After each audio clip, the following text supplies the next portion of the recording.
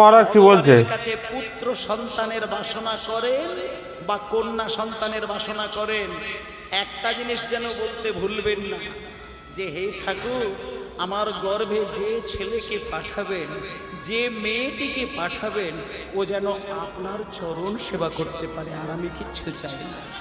ভক্তমণ্ডলী মায়েরা, একটা কথা আপনাদের বলি, বেটার বাপ হতে স্বাদ কেন চিতে, বেটা কি তোমায় করবে সুখী? শত বেটার বাবা হয়ে গেছে হাবা, রামায়ণে তার প্রমাণ দেখি।